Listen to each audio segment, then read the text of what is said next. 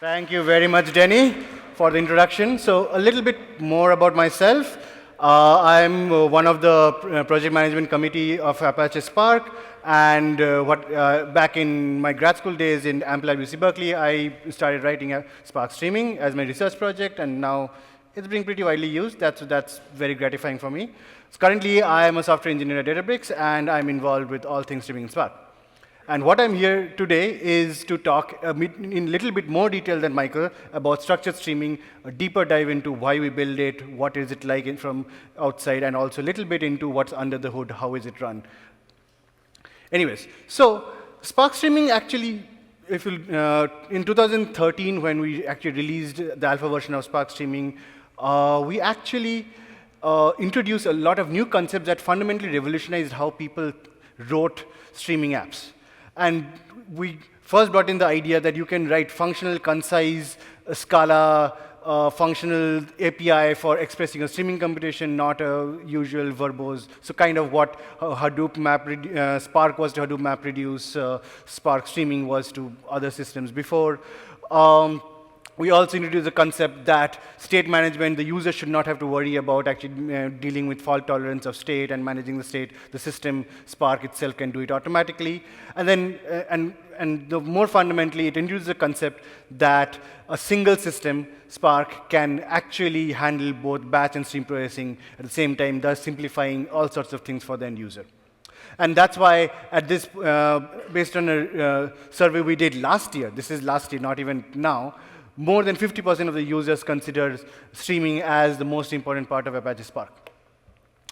But in the last 2-3 years since it's released, we have actually learned a lot from the community. We have worked with hundreds and thousands of developers, understood a lot of practical pain points, and what we've realized is that streaming apps are actually growing a lot more complex. So, and the main reason behind is that streaming applications don't really run in isolation. They have to interact with a lot of other things like batch storage systems like SQL or HDFS or S3. You have to do other workloads along with your streaming, like you have to do interactive analysis, machine learning, etc. There's a lot of interactions going on. Let me actually elaborate this with a very simple example. Let's say you have a bunch of IoT devices, and you want to get data from streaming data from these IoT devices and do continuous monitoring of it. The first thing you would want to do with it is basically store all the data coming from the IoT devices into some sort of long-term storage, HDFS, database, S3, whatever. So what this means that you need to solve not just write to the database and the storage system, but you need to be careful about things like you don't want any sort of data loss in the process. So if there is any failure, that should not mean that you lost some data.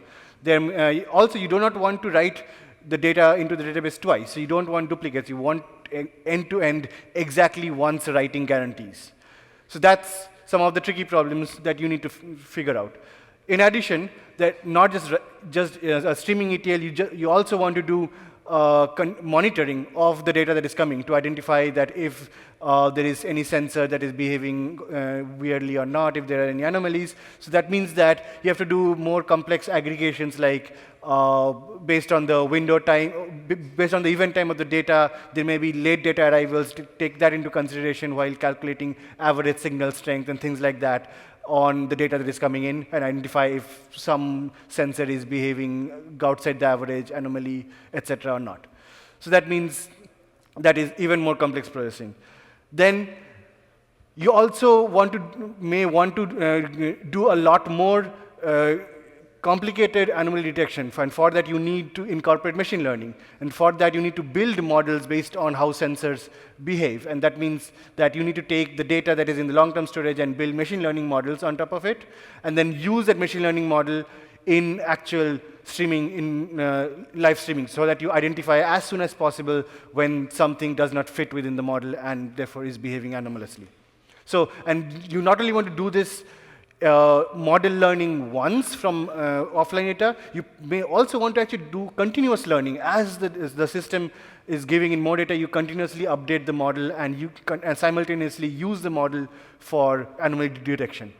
And then you may, and when if there is actually an anomaly or something is wrong in the system, you may want to actually start digging deeper interactively on the data that is coming in to identify which sensor is actually behaving weird, what are the root cause of it, those sort of stuff to interactively debug issues. So this is actually far more complex than pure streaming. And that's why we have coined this term continuous applications, that these are not just mere streaming applications, these are continuously running applications that, which requires a more holistic approach to building these sort of continuously running stack of applications. And as we worked with the developers over the last 2-3 years, we realized that the DStreams that we had released earlier has a few pain points, which is kind of hard to solve within the DStream infrastructure. One, processing with event time. So DStream used to process using the data that, using the time that the data arrives within Spark.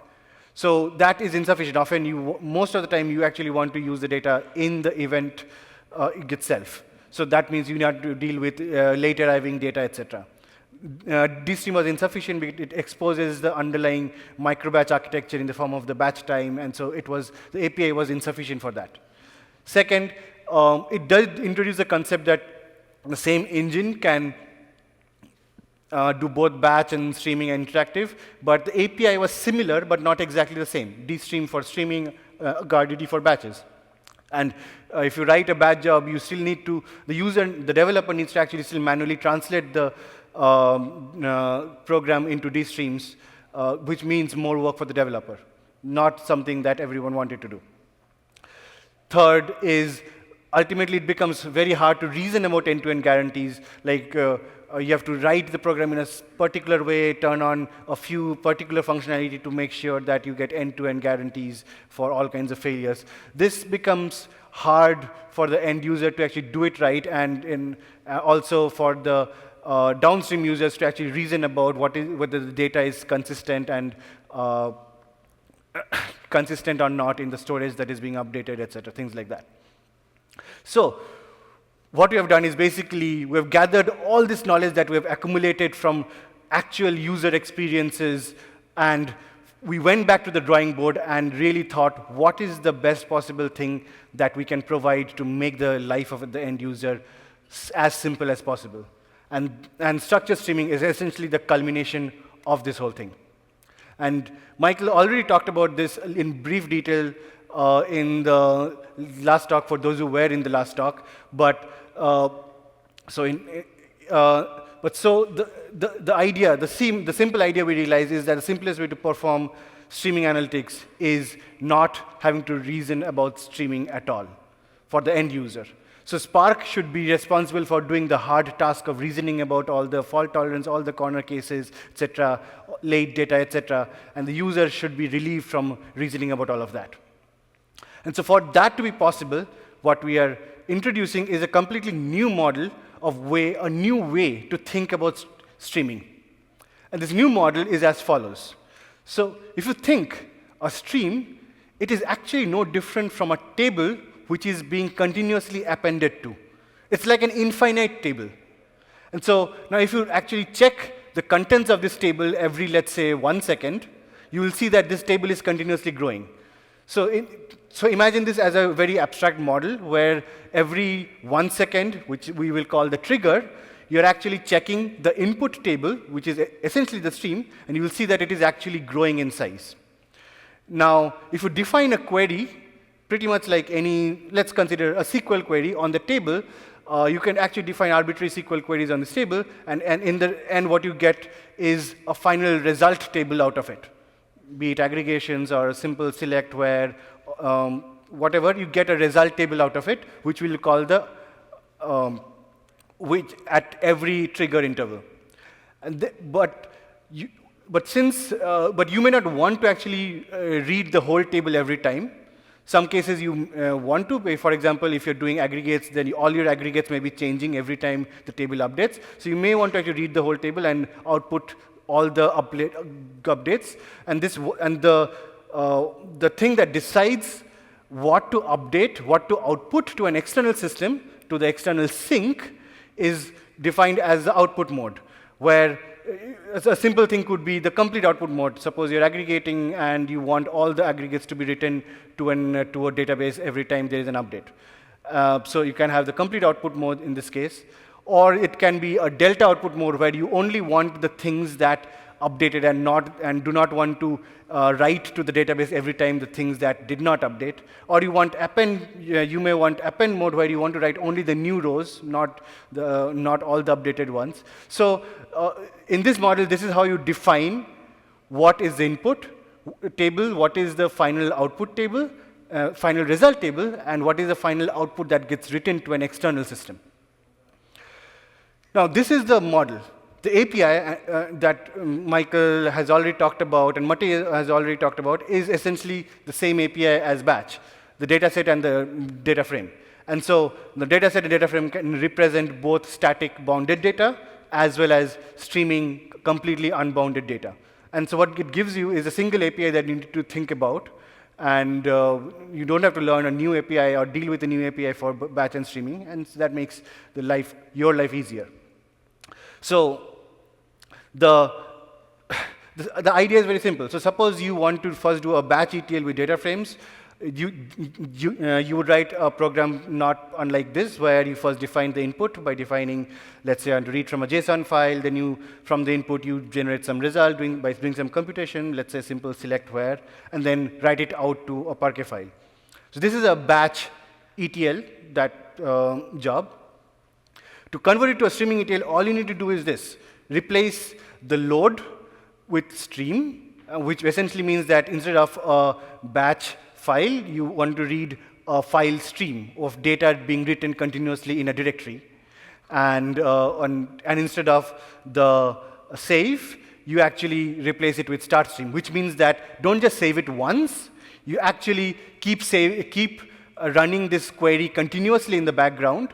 And as new data comes in, keep saving the updated output over and over again to whatever sink you want to write to. In this case, a Parquet file. And so underneath this API will be translated by Spark to the model that I talked about, where the Spark will figure out what is the result, how to calculate the updated result as new rows come in, and what is the stuff that needs to be written to to the Parquet file, etc. So this was an example of a very simple select where there's no aggregations. So for aggregations, you can simply do, for example, average signals. You can just calculate averages on the input data, and the system will actually take care of continuously computing the average as new data comes in. And then you can do grouped averages, grouped aggregation. Again, the system takes care of actually calculating the average. And then going beyond that, you can do very simple windowed aggregations, or calculating averages over a sliding window of 1 hour, 1 minute, 10 minutes, etc. And that becomes very simple in this API, because windowing is essentially some sort of grouping. Because all you're doing is saying that based on an event time in the data itself, which is essentially represented as a column in the DataFrame model, that event time column, look at that and put it into buckets based on what is the windows. If you want 10-minute windows, put it in the 10-minute buckets that it boils down to. So it's essentially like grouping. So you can do simply grouped windowed aggregates using the exact same API pretty simply. And so average signal of every type of device aggregated over every 10 minutes. So this essentially gives the power of event time-based processing, which was not possible in DStreams. And the cool thing is that because it's in the same API, this new functionality, which was added specifically for streaming, also works in batch. So you can apply the same window operation on batch jobs as well, on a file of data rather than a stream. Anyways, so going beyond just simple that, this has a lot of power in doing other things. Like, for example, if you want to combine batch and streaming data sets together, for example, you want to take a stream of data and join it with static data. You have a stream of, let's say, IoT events coming in, and you want to enrich that data with more information for each type of device, IoT device. That you can very simply do, let's say, create a Kafka streaming data set of IoT updates, create a static data set from a SQL table in some MySQL or database to a JDBC interface, and then join them together. And what it generates is a streaming join, essentially, a streaming data set where the data will have data enriched by joining with the static data set. So all of this without really you having to think about whether it's streaming or not. So the system takes care of actually applying it in a streaming fashion. The other thing is that you can define a different output modes based on your query, and actually different output modes actually make sense with different kinds of queries. For example, if you're not doing any aggregation, then you probably are just appending new rows. You're just doing a project filter, select where, those kind of stuff. So all you're getting is appending new rows. So the append output mode makes sense. Whereas if you're doing some sort of aggregation where all your aggregates may be changing every time there is new data, what makes more sense is the complete output mode, where you want to push out all the updated aggregates every time there is new data. So the user has control on defining what needs to be pushed out to an external system as the results get updated with new data. And furthermore, and this is also an improvement over existing DStreams Spark streaming, is that you have very strong query management APIs, which allows you to actually manage multiple concurrently running streaming queries. So you can define when to stop a query, you can restart that query, you can interactively list what are the currently running multiple queries in the system. You can, if there is a failure, you can get the exception directly by querying that the management interface. All of that interface is all of that is present in the API itself, which is much more robust than what earlier Spark streaming could provide.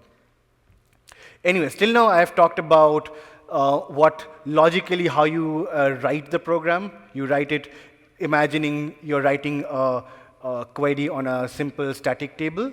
But now it's the Spark's job to actually figure out how to actually run this in incremental streaming fashion. And so physically what Spark automatically figures out that if you're computing aggregates, then I need to run this in an incremental way. As data comes in, update the aggregates, what is the right way to do it, most efficient way to do it. Spark figures all of that out. And so the key takeaway from the first section of this talk is that structured streaming is basically a high-level streaming API built on the existing Dataset and DataFrame APIs. It gets all the benefit of event time, windowing, sessions, some of which was not possible in the previous DStream API.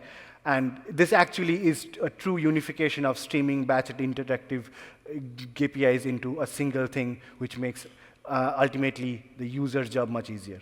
And so in a single slide, what you can do with this streaming engine that you cannot do with any other streaming engine is that through unification, you write the code once, express your business logic in terms of Dataset and DataFrame or pure SQL once, but you can just run that same code on batch data or streaming data. You don't have to rewrite things at all. And underneath the same super optimized execution engine that is working for both. And because of thanks to datasets and data frames, and you get a hugely flexible API. You can choose whatever tool you want to whatever nails you want to hammer, depending on your kind of business logic you want to express. And so you can choose your tool. Then that gives a better, much greater debuggability and performance for the end user. And finally, all the standard benefits of Spark that you guys are already aware of. Anyways, as an end developer, this is probably all what you need to know about structured streaming to actually get off to start using it. But for the more inquisitive ones, this is the second part of my talk where we will take a peek under the hood on how this actually works under the covers and how we actually build this new infrastructure based on the Spark SQL engine. So to understand that, let's revisit how the batch execution on the Spark SQL engine works. So whenever you write a batch query using DataFrame and Dataset, What it boils down underneath is what we call a logical plan, which is an abstract representation of the query. Then comes this magical component called the planner, which is Spark SQLs, Catalyst Optimizer, and all of that. And that does a hell of a lot of magic to convert the logical plan, do all sorts of optimizations and plan elimination, a lot of stuff to do to finally construct an extremely optimized physical plan. And that physical execution plan is then run on Spark, and there are all the cool stuff that Michael talked about in the previous talk of Project Tungsten, the bytecode optimization, Java intrinsics, etc. All of those stuff makes sure that the plan is executed in a super optimized manner, and you get almost close to bare metal performance as much as possible. So this is the batch execution. For building this structure streaming engine, what we did is we extended the planner to generate incremental executions. So from the logical plan generated using streaming DataFrames and Dataset, the planner, which is aware that it is a streaming logical plan, does not just generate one execution plan, but a continuous series of multiple incremental execution plans. And so the planner is aware of the streaming and behaves accordingly. And so what it does is essentially that the planner, every trigger interval, let's say every 1 second, it actually, let's say from Kafka, it polls Kafka to see whether there is new data available or not based on the offsets that is available from Kafka. And whenever it finds there is a new range of offsets available, it generates an incremental execution plan, does all the execution, and generates the final output and pushes it out to some external system, let's say HDFS. And then every time there is new data coming in, this keeps doing it over and over again. Well, this is only half of the picture. You have to also figure out how to actually pass data between these aggregates, because ultimately what you want to do is compute a running aggregate, which means that you need to use the previous aggregate in the previous incremental execution to compute the next aggregate. And for that, what we do is that we do our own completely rewritten state management. And this is basically the third generation of state management written inside Spark after update state by key and map with state in DStreams. This is basically using all the practical experience we have learned from the previous written state management and using that to build this new one, which is, it maintains the aggregates in in-memory state, and which is backed by a wall in some distributed file system for fault tolerance. And so what it is, every time there's incremental, it keeps the state around in memory, even though, but backs it by files, and then the next incremental execution just uses that state to keep counting, keep maintaining a running aggregate. Anyways, before I continue, one final thing that you need to know is that the fault tolerance model in this new engine. And so the whole system, to be completely fault tolerant in an end-to-end manner, all the data and metadata in the system needs to be recoverable and replayable. So the way we have designed this is that let's take each component and understand how it works. So the planner, we have made the planner fault tolerant so that the way it works is that every time it figures out a new range of offsets to run an incremental computation on, it writes the set of offsets to a wall in some fault-tolerant place, let's say HDFS or a distributed file system. And so if the planner happens to fail, and the currently running execution fails, it can very simply read those offsets back from the wall and rerun the exact, regenerate the incremental execution that had failed. And then using those offsets, the sources can replay the exact same data. And this is the definition of how sources are designed in structured streaming, that like where sources like Kafka, Kinesis, files, this can exactly using offsets can replay exactly the same range of data once again. And so using the offsets recovered by the planner, it generates the same source data. The planner also recovers the correct version of the state that needs to be used for this for the recovered incremental execution. So the state is also recovered correctly. And then using these two as the input, the final output is pushed to the sink. Now, the sinks are by design also guide important by nature. So the sinks are aware that which particular incremental execution had successfully completed in the past, and accordingly figure out whether it needs to commit the data or not if there is another re-execution. And accordingly, it can figure out by design how to not do double commits, how to prevent data loss, and things like that. So the bottom line is that since all these components in the system is completely fault tolerant, no matter what the failure is, what you get is end-to-end exactly once guarantees in this streaming pipeline. So in the end, what you need to know is that structured streaming is essentially fast, fault tolerant, exactly once stateful stream processing without really having to reason about streaming. All the hard part is taken care of by Spark. Anyways, before I complete, let's talk about the release plan. So Spark 2.0, what we have done is essentially build the basic infrastructure and the API for you to start experimenting with it. So to set the expectations right, this is essentially an experimental release for the streaming use cases, and it is essentially to set the future directions. I do not recommend it for directly running production workloads on it, but it is something that sets the future direction, and it's good to start experimenting with it right now if you want to plan for the future. And as part of this 2.0 release, we'll have files as the main source. And as soon as after the 2.0 release, outside this Apache Spark release process, we're going to start building the Kafka source for structured streaming. And hopefully we can release it soon so that you can start playing with it more easily. And then for sinks, we have files and in-memory table.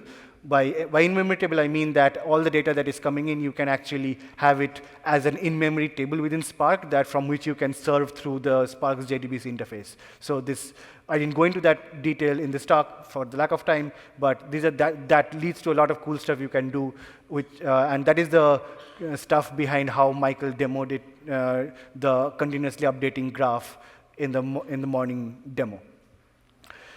Anyways, going forward, one of the main focus would be in the next releases is that make it stable and production ready as soon as possible. And so make sure that it is scalable for all possible workloads.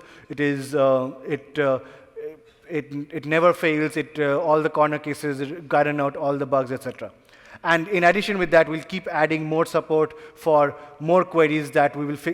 So right now, one of the hard tasks for Spark is to actually figuring out what is the incremental way to execute a certain query. And over time, we'll be adding more and more queries in the realm of this can be executed incrementally. Things like multiple aggregations. One after another will not work in 2.0, but in 2.1 and beyond, we will be adding those stuff. We'll be adding sessionization and arbitrary stateful processing. We'll be adding more output modes so that you have more control on what data is pushed to an external sink and things like that. Also, we plan to make the API for the source and sinks public so that we can other people can start writing their own sources and sinks so that you can integrate with your own databases or own file systems, etc. And finally, we are working very closely with the YAML side of Spark to make sure that this new API integrates very nicely with all the cool stuff that is present in ML and make the end-to-end user experience across streaming and ML much easier to reason about. Anyways, you can try out all these cool stuff in our Databricks Community Edition right now. As you know that we have announced the general availability, so you can try this out right now. Anyways, that's all for it now. I'm sure you have a lot more questions to ask. I'm available at the Databricks booth from now to 2 p.m. and tomorrow from 12:15 to 1 p.m. for any questions. So feel free to come and talk to me. Thank you very much.